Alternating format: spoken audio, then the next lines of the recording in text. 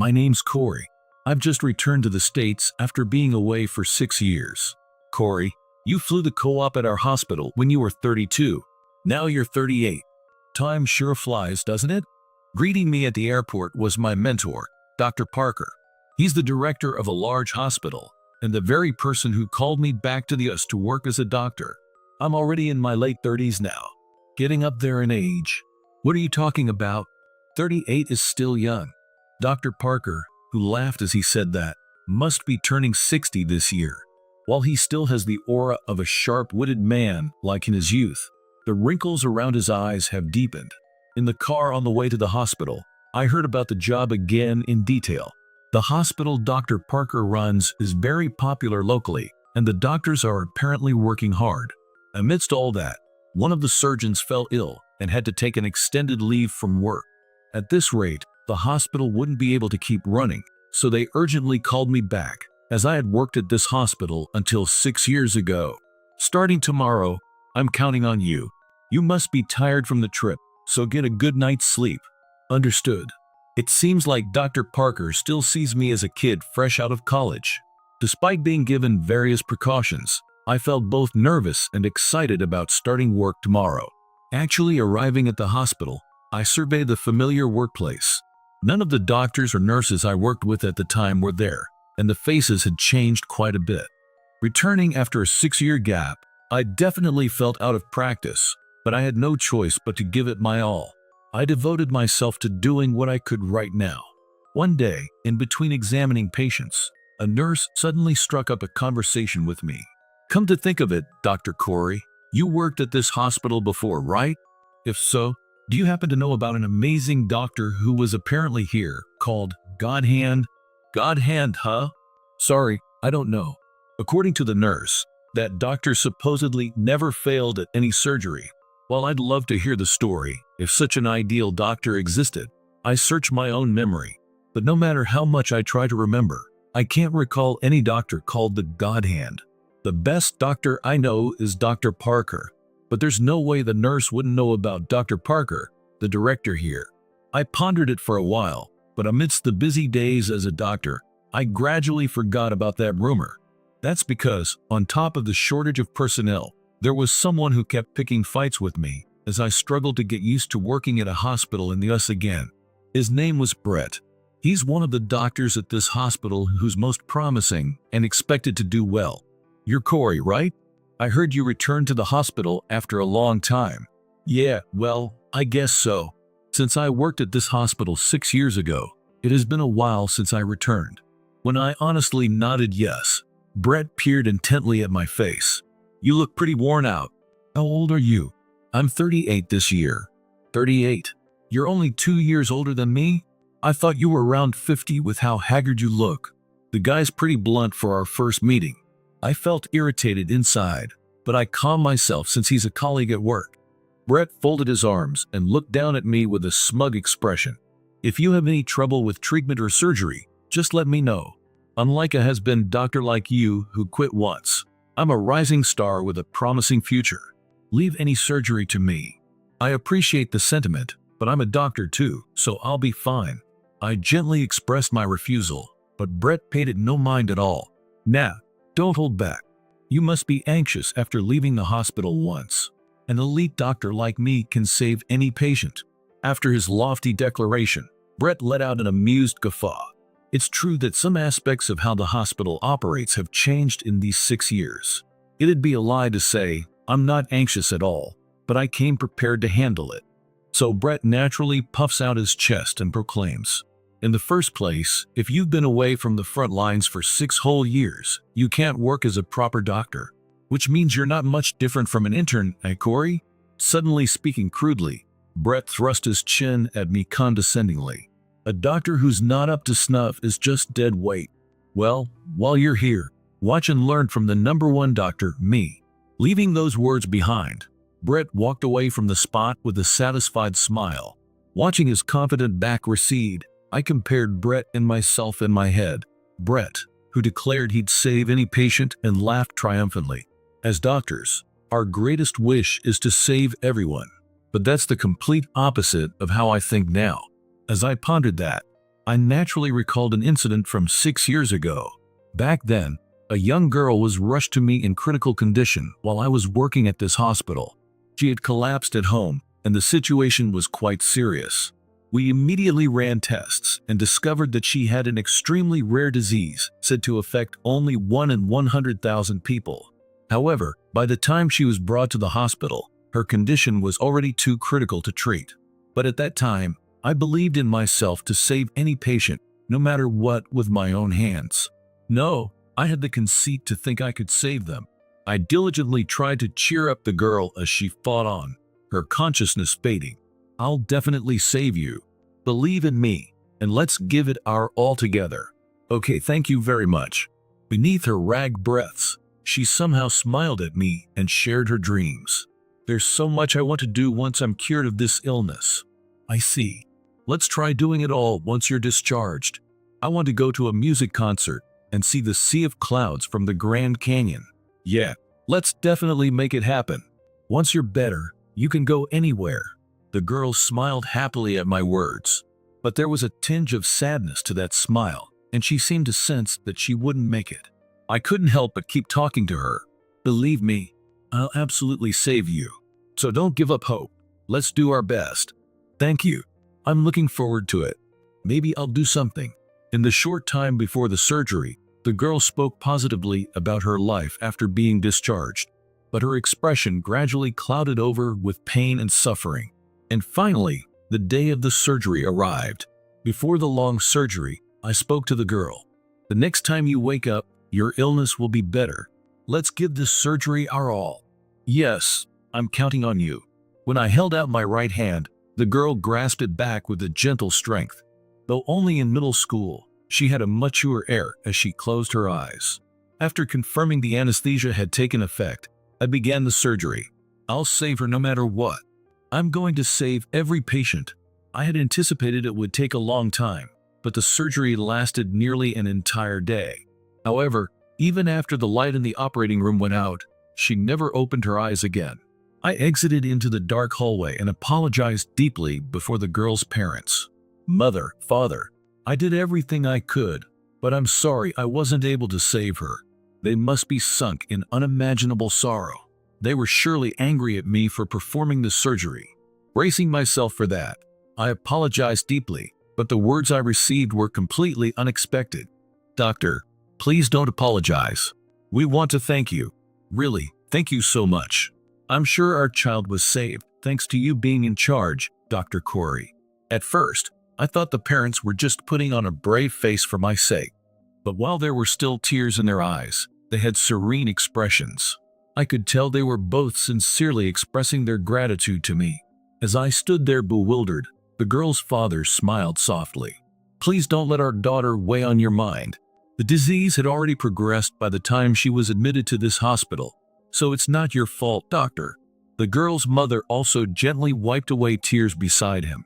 "Ever since we found out it was a rare disease, our child had been in the care of various hospitals, but everywhere else had given up on treatment and only tried to comfort our daughter." As she spoke, the mother must have recalled those painful feelings from that time. The father firmly supported the mother's shoulders as she knitted her brows in frustration. "But you were the only one who was different, Dr. Corey. You didn't turn away from our daughter's illness and tackled it head-on. We were so glad for that.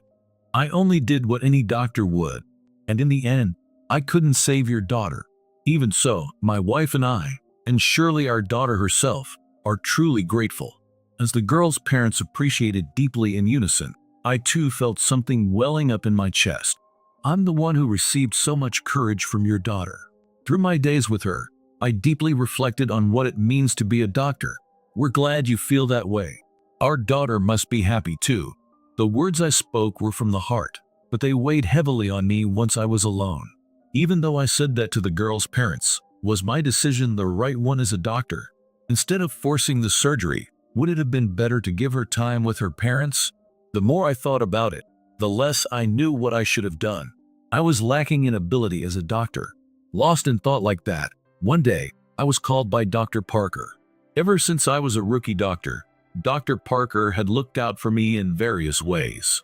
Worrying that I had messed up somehow, I entered the director's office to find Dr. Parker gazing at me with kind eyes. I had seen those kind eyes of his a few times before, but even then, I didn't know what they meant. Dr. Parker brought it up to me cheerfully. "Corey, you seem to be quite troubled." "You're right. You see through everything as always." Dr. Parker nodded yes, satisfied with my answer, and made a surprising suggestion. "How about a change of scenery? What do you say to going to Germany?" "Huh? Germany? Me?"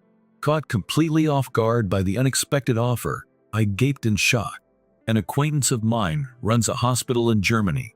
He mentioned wanting young, capable staff, and your face came to mind. Me, in Germany. I'm honored, but there's no way. I'm hardly an outstanding doctor. Dr. Parker kindly understood me as I turned down his kind offer. "You think so? I believe you're the perfect fit. Why not seize this chance to transform yourself?" The instant I heard those words, it was like a ray of light broke through. For me, hating myself as I was now, this was the perfect opportunity. If I didn't make the choice to change myself here, I'd just keep agonizing for the rest of my life. Thinking that, I accepted the offer to go to Germany, and on the day of my departure, Dr. Parker came to see me off. "Do your best over there." Yes, in a new environment, I'm sure I'll gain something. And so, I set off for Germany. The medical field in Germany was completely different from America, a total meritocracy. While talented people gathered and respected each other, the competition was also fierce and the work grueling. There were many staff from overseas, and as one of them, I felt like I would be swept away by the daily grind of surgeries, outpatient care, diagnostic imaging, and emergency response. In the midst of that, I honed what I could do and learned more specialized skills. Amidst being forced to make harsh life and death choices, I definitely accumulated growth. After about 6 years of that lifestyle, I received a request from Dr. Parker to come back and return to this hospital as a doctor. However, the days of being treated lightly by Brett still continue. "Hey, intern over there, hurry up and finish your work, will ya? Why do you look down on people so much?" One day, I finally couldn't stand it and talked back. I thought I'd done it now, but surprisingly, Brett didn't fly off the handle and just responded with a silly grin. "Did it seem like I was looking down on you? My bad. I'm just so outstanding that other people naturally end up below me. Still, I'm not an intern, and I worked here before returning to this hospital too. Please stop saying such rude things. I bet you were just burning through your savings, bumming around in the middle of the day, right?" "That's not true. Until I came back here, I was." I tried to retort, but Brett just shrugged and cut me off. Yeah. Spare me the delusions of a geezer with no achievements like you." His attitude was so offensive that I was beyond taking offense and could only be astounded. But it was right then, in the middle of that exchange. "We have an emergency patient. Her condition is..." A woman in her 20s was rushed in, and our faces instantly changed. When I checked the patient's condition, my whole body grew hot. It was the exact same rare disease as that girl from 6 years ago. The words I exchanged with the girl, and the memories of the surgery where I couldn't save her, all came rushing back. "I'll do the surgery." The instant I volunteered on reflex, Brett let out a strained voice beside me. He had seen the emergency patient's face, and was turning pale as he trembled. "No way. Why are you here?" "Dear Brett, you know this patient?" "Know her. She's my girlfriend." "Hey, stay with me." "What happened?" Brett's voice calling out to the patient echoed through the hospital, but there was no response at all from the woman. We calmed the clinging Brett and rushed to the exam room. Then a few hours later, the exam results were announced to us doctors, including Brett. The results indicated that her life would be in danger if we didn't operate immediately. As soon as he saw that, Brett gave orders in a panic. "Start preparing right away. Hurry." "Wait, Brett. It's not that simple. Why are you stopping me, Director? At this rate, she'll..." Brett pressed him in a fluster, but Dr. Parker shook his head with a grave expression. "Look closely at the exam results. This will be an extremely difficult surgery. And she's your girlfriend, right? I don't think you can handle this calmly right now." That's... At Dr. Parker's point, Brett and the other doctors all fell silent at once. Just as Dr. Parker said, Her condition was quite critical, and if our hands slipped even a little, forget saving her, we'd be putting her life at risk. I'll do it. Let me do it. I can handle this. See, even now you can't make a calm judgment. Give it up. But at this rate, Sheil. Brett's protests gradually weakened, and he finally went completely silent. And no wonder. Anyone with even a little experience as a doctor would know full well how difficult this surgery was. On top of that, the patient was Brett's girlfriend. Mistakes aren't permitted with any patient, but it was plain to see he'd be under even more pressure. Starting with Brett, everyone was simply shaken. Even so, there was no time left to transfer her to another hospital or call a renowned doctor. Amidst the heavy atmosphere, a single hand shot up. It was my right hand. I'll perform that surgery. This isn't some easy surgery you can handle. Don't butt in. Brett instantly revealed his anger and shot me a sharp look. Did you think you'd get back at me because you don't like me? That's the worst. That's not it at all. I wonder. In the first place, I can't entrust my precious girlfriend to an amateur doctor like you. Brett denounced me in a harsh tone. But there aren't any other doctors who can do the surgery, right? Do you not care what happens to the patient? That's why I'll definitely save her. Brett muttered again and hunched over the exam results. But no matter how many times he reviewed them, it was clear he couldn't handle it with his skills. Now's not the time to argue. We need to prepare for surgery right away. Shut up. I'm doing it. No matter what happens, I'll take full responsibility. Brett left me behind and headed for the operating room. Fighting here would only waste time. I gave up and entered the operating room with Brett. Brett, are you trying to kill the patient? There's no way you can perform surgery right now. You're a persistent one. I don't need an assistant. Just don't get in my way, got it? Without pushing me aside, Brett frantically began operating on her. And so the surgery started. At first, Brett proceeded deftly with unwavering hands. For someone who called himself an elite, he did seem to be quite skilled. But his expression gradually grew grim, and when he saw the affected area, he finally grimaced and let out a groan. What is this? There's no way to treat this. Don't give up. Didn't you say there are no patients who can't be saved? Even if you say that, it's pointless to continue any further. The disease had likely progressed far beyond what he anticipated. Brett turned deathly pale, and his hands finally stopped. Seeing his pathetic state lit a fire in my heart. Then please step aside. I'll take over the surgery. What are you saying? There's no way you can do it. At my proposal, Brett's face stayed ashen as he glared at me, clearly angry. But there was no time to argue here. Move. I'm operating. The patient's life is at stake. How many times do I have to say it? Are you trying to kill her? Huh? No, but... He probably didn't expect me to talk back to him so firmly. Brett faltered and took a step back. But I had no leeway to observe what Brett was doing. From there, I mustered all my concentration and resumed the surgery. I sharpened my focus to my fingertips and carefully proceeded with the operation. Brett seemed at a loss for words at my magnificent skill and delicate movements. After that, I performed surgery for several hours and managed to successfully save the patient. After the surgery, Brett came to me with a grim look as I rested. Who the hell are you? I don't get how you can be so skilled after quitting as a doctor, even if you ask who I am. As you can see, I'm just a doctor. I answered honestly, but Brett shook his head as if he couldn't accept it. There's no way you're just a doctor. Normally that kind of surgery wouldn't succeed. That's on the level of the God hand who used to be at this hospital. It's not something a doctor like you who ran from responsibility could do. At that moment, perhaps having heard Brett's loud voice, Dr. Parker appeared. He turned a kind gaze towards me and Brett, then slowly opened his mouth. Brett, you seem to be underestimating Corey, but there was no doctor more suited for today's surgery than him. Corey worked as a doctor at a famous hospital in Germany. What? No way. Surprised by my suddenly revealed history, Brett stared at me with wide eyes. This guy worked at a hospital in Germany? Yes, that's right. And Corey volunteered because he was confident he could succeed. Is that the attitude you're going to take towards Corey, who stepped up to save a patient as a doctor?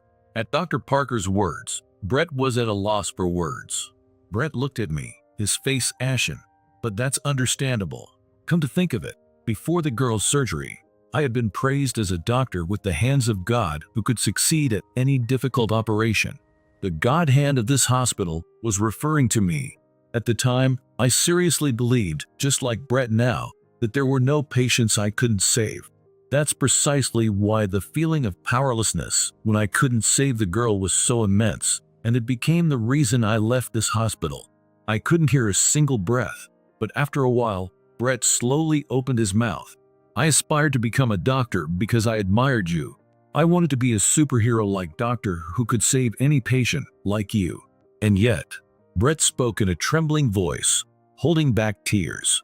The me just now had given up on saving her. Fearing failure, thinking I couldn't do any more, I abandoned the person I loved most of all. The overconfident man who had boasted about being an elite was no longer there.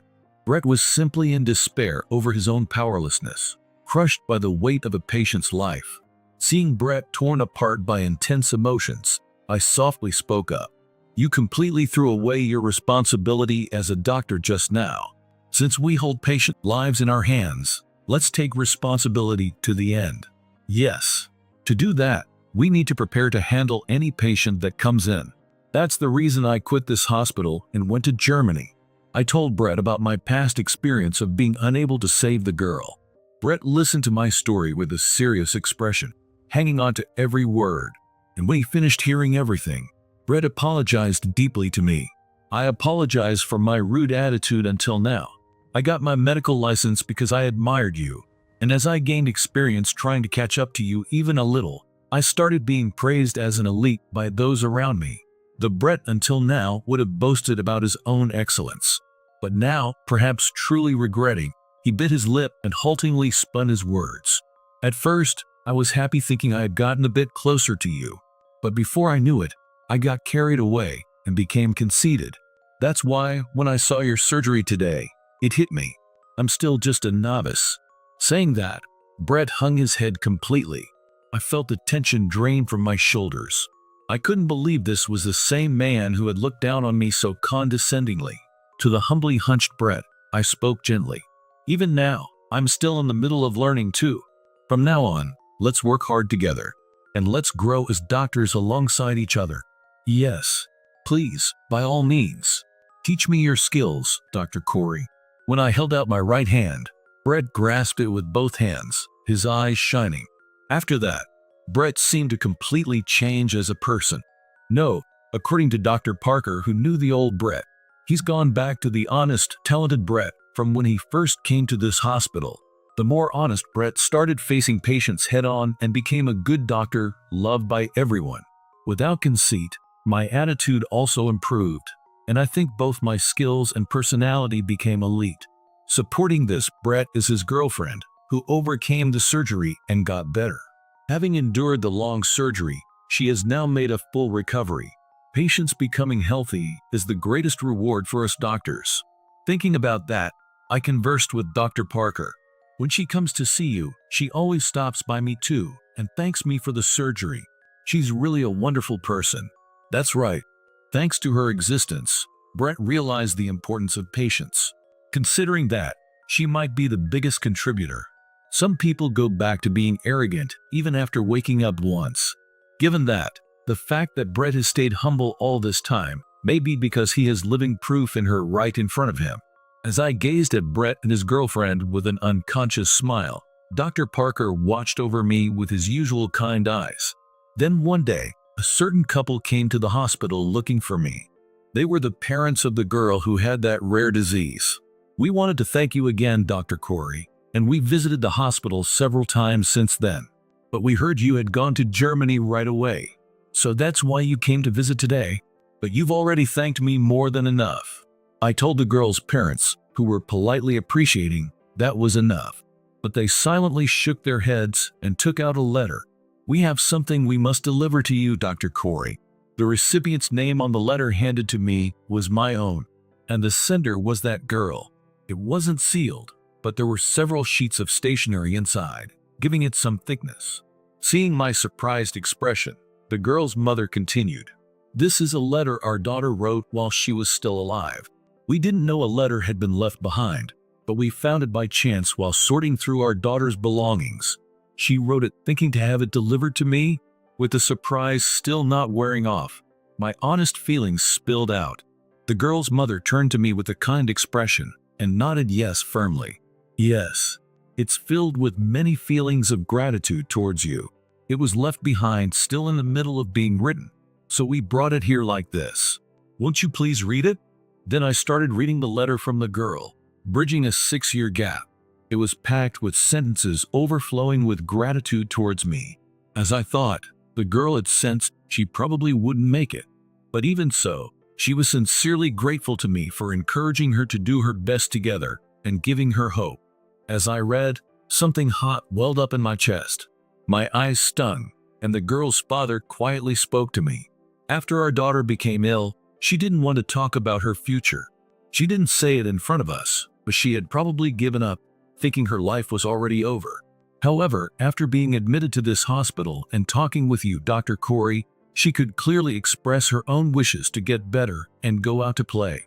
The girl's parents let tears spill as they appreciated me again. Thank you so much for giving our daughter dreams until the very end and letting her live a life full of hope. For me, who had run away to the US after being crushed by my own powerlessness, those words delivered an intense shock. I had failed the girl's surgery, but she had forgiven me. No, not just forgiven, she had even thanked me. The letter from the girl and her parents' words deeply moved my heart. Thank you. I'm the one who was saved by your daughter's words. I honestly told the girl's parents that the reason I had gone to Germany was to train myself after being unable to save her. This letter made me remember. Your daughter never once spoke resentfully. She always relied on me and placed her sincere trust in me. The one who made me grow was your daughter. I'll continue devoting myself fully to my patients as a doctor. Dear Corey, thank you for cherishing our daughter's feelings. I'm sure she's cheering on your great work from heaven too. Saying that, the girl's parents took my hand and shook it firmly. I gripped that hand back and vowed to save many more patients going forward, because that was surely the best way to repay her. On a certain day off, I was climbing a mountain with bated breath. Spreading out below my eyes was a sea of pure white clouds. I had taken on the challenge of climbing the Grand Canyon, the straightforward sunlight, unobstructed by anything. Squinting at its brightness, I took out a sheet of stationery. Can you see it? I climbed the Grand Canyon. The sea of clouds you wanted to see is so beautiful. Wanting to grant even a little of the dream the girl once wished for, I advanced with that thought. I'm going to save as many patients as I can, just like you. I hope you'll be watching from above the sky. Looking up at the piercingly blue sky, I started walking once more.